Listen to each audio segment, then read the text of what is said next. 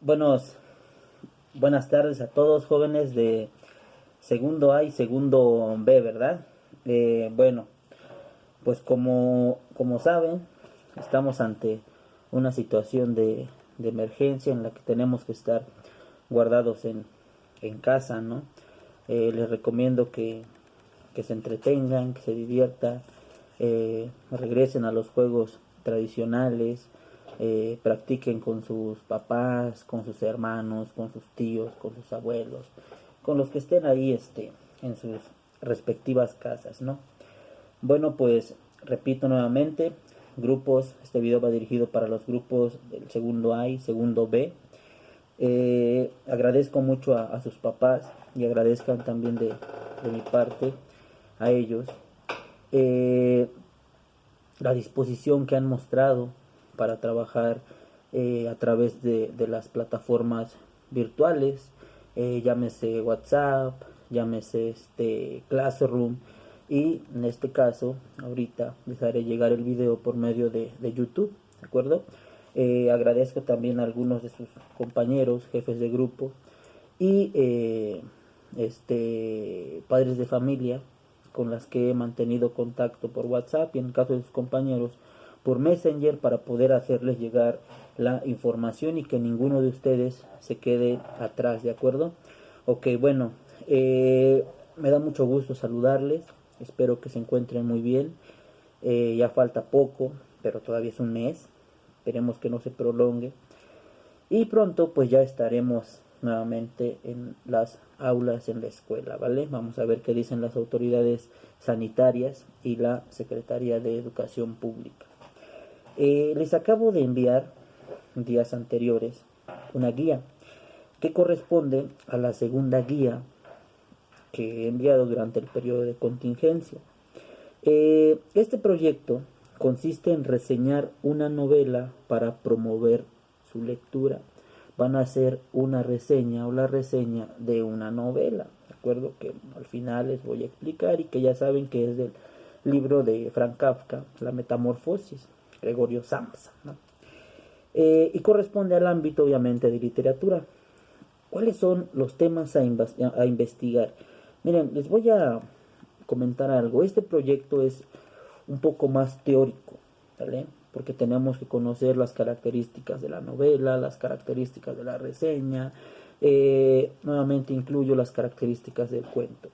Voy a ir desarrollando cada uno de los temas que ustedes van a trabajar en su casa. Es importante que lo hagan a conciencia, que le dediquen tiempo, ¿de acuerdo? Ok. La primera pregunta que planteo es, ¿qué es un texto narrativo? Recuerden que cuando nosotros googleamos, ¿no? Ponemos definición de texto narrativo y nos sale un buen de información. Eso no sirve. Lo que importa es que lean. Siempre les he dicho que casi no hacen caso. Que lean y que al final creen su propia definición. Ojo, segundo A, ¿sale? Lean, lean. Y segundo B, lean y hagan una definición propia, ¿de acuerdo? Hay alumnos a quienes les cuesta mucho, pues ahorita es la oportunidad de que practiquen en su casa, con la confianza de sus papás, con la confianza de sus hermanos, de sus abuelos, de sus tíos, o con quienes vivan, con quien sea responsable de ustedes. La pregunta número 2 dice definición y características del cuento. Eh, siempre, siempre me gusta hacer un comparativo aquí entre cuento y novela. Parece risible, pero a pesar de que muchas veces lo hemos repetido, todavía no sabemos diferenciar un cuento de una novela. Y ustedes mejor que nadie lo saben, ¿de acuerdo? Entonces, definición y características del cuento. ¿Qué es el cuento? ¿No? Y características del cuento. No, anoten ahí 5 o 6 características más importantes del cuento. Les recomiendo que se vayan a YouTube, que vean tutoriales en donde les explican qué es el cuento, qué es el género narrativo, etcétera. Hay muchas herramientas. Definición y características de la novela para hacer el contraste. Después, les pido, por favor, que me investiguen qué es una tabla comparativa. Ya lo hemos trabajado también en clase cuando vimos las variedades lingüísticas del español. Recuerden que trabajamos cómo se dice mango en tal país, en tal país y en tal país. Es una tabla comparativa eso, ¿sale? Ok, investigan que es una tabla comparativa y dice ahí que me anoten un ejemplo de una tabla comparativa. Cualquier ejemplo, pero donde esté claro, ¿sale? Y bien explicado que es una tabla comparativa, ¿vale?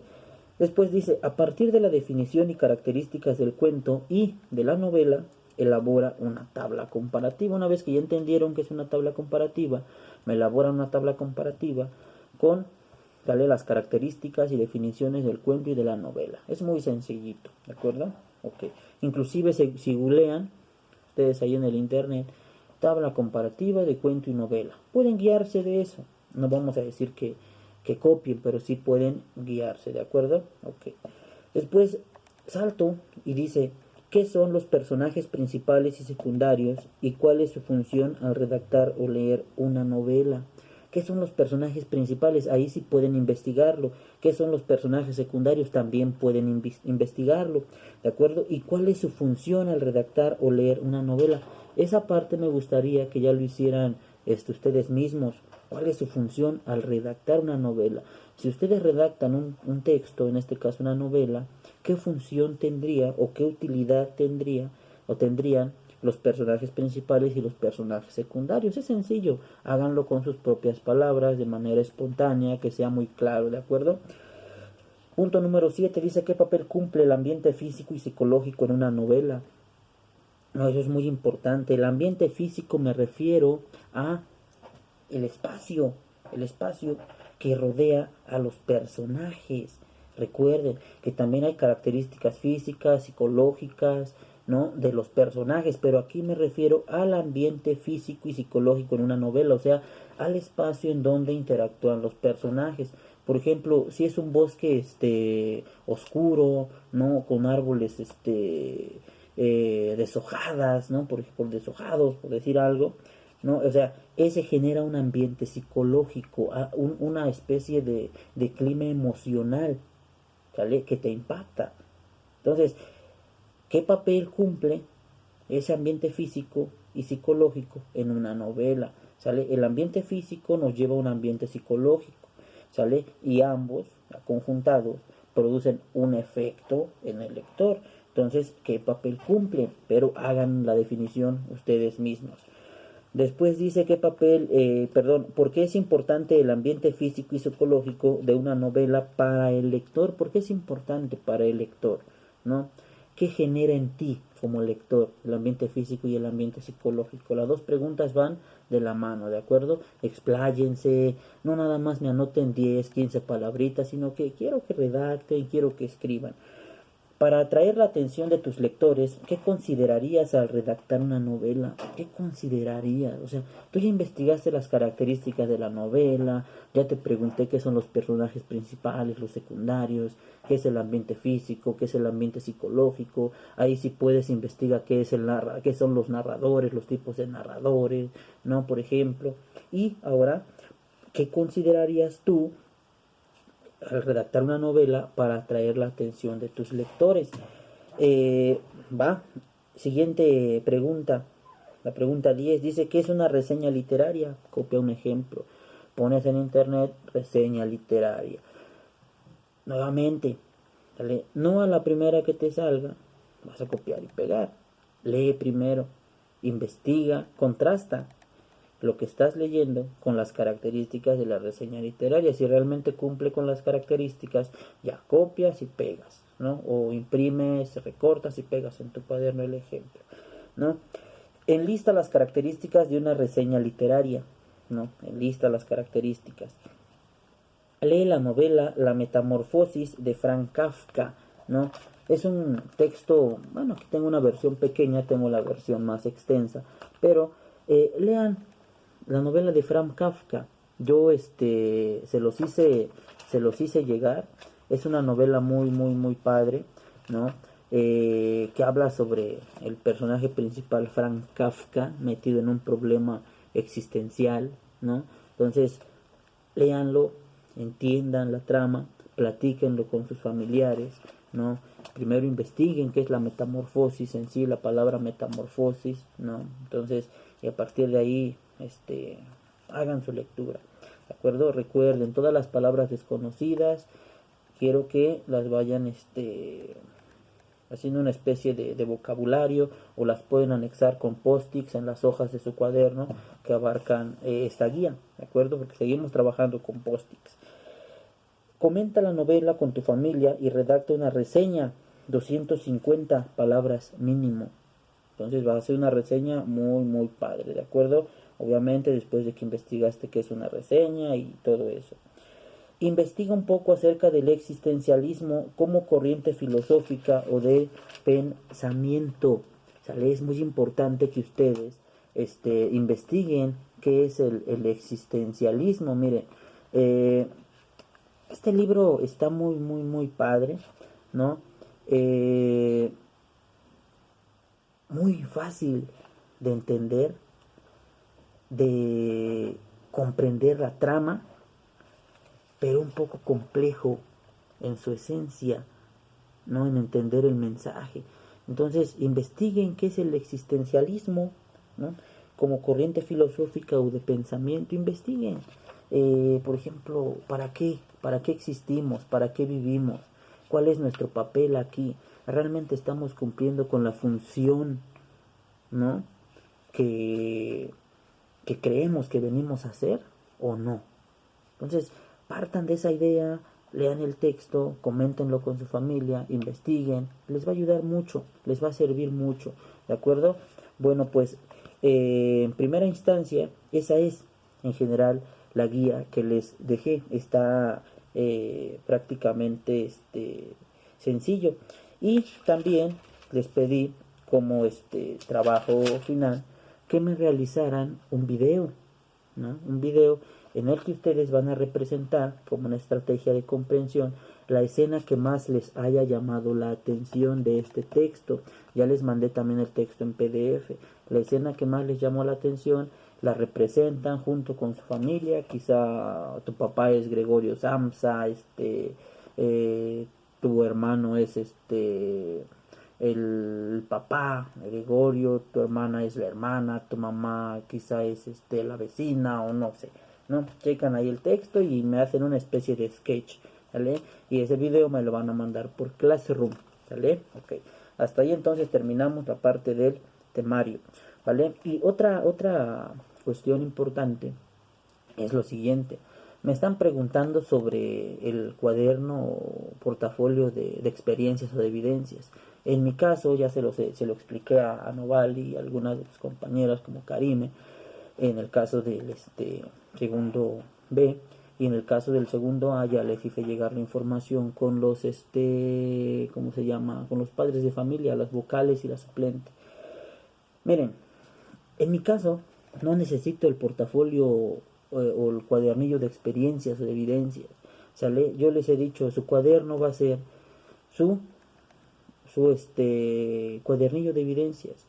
Recuerden que están viendo los programas de televisión. Yo todos los lunes, los domingos en la noche les hago llegar la programación y les pedí que me hicieran una especie de relatoría al final de su cuaderno. Al final de su cuaderno una especie de relatoría, ¿sale? O de atrás para adelante, no importa el orden. Lo que quiero es que tengan ahí la evidencia de que sí estamos trabajando como un auxiliar más los programas de televisión, no como el eje que va a guiar nuestro trabajo, sino como un auxiliar, como un complemento. Si otros maestros les piden ese cuadernillo o portafolio de experiencias, háganlo, háganlo. En español no, en mi caso no. Lo que les recomiendo es que sí hagan anotaciones cuando ven los programas. Quizá los profesores cuando regresen les van a pedir algo. O sea, ya saben, no hay que confiarnos. Entonces hagan esas anotaciones. Otra cosa, también me han estado preguntando si me van a enviar los trabajos por correo electrónico o por alguna plataforma. No, no me envíen nada ahorita, nada más voy a recibir el video por Classroom. Todo lo demás que está en el cuaderno lo voy a revisar una vez que ya estemos en la escuela, ¿de acuerdo? Para que quedemos muy claros ahí. Si tienen alguna duda, algún problema, no duden en contactarme a través de las distintas plataformas digitales. Pues entonces, en mi caso, sería todo por el día de hoy. Quizá mañana o en otros días voy a estarles enviando el desarrollo de algunos temas de este proyecto. Primero, traten de resolverlo como ustedes puedan, lo mejor posible obviamente, y yo voy a irles explicando poco a poco, ¿de acuerdo? Entonces, cuídense mucho, recuerden que es un periodo de alerta para el país, para nosotros los seres humanos, no es únicamente un problema nacional, sino es un problema mundial. Yo sé que muchos no creen también en esta pandemia, es razonable, es justificable, porque pues nos han engañado muchas veces. Sin embargo, hay que tomar las medidas necesarias, ¿no? Si quiero salir a la tienda, pues salgo, pero me pongo el cubrebocas, ¿de acuerdo? Otra cosa, antes de que se me olvide, regístrense a Classroom, por favor, es importante porque aparte de que voy a recibir ahí los videos, voy a enviar algunos cuestionarios ahí para evaluar participación de ustedes, ¿de acuerdo? Por favor, y les voy a agradecer mucho que lo hagan lo más pronto posible.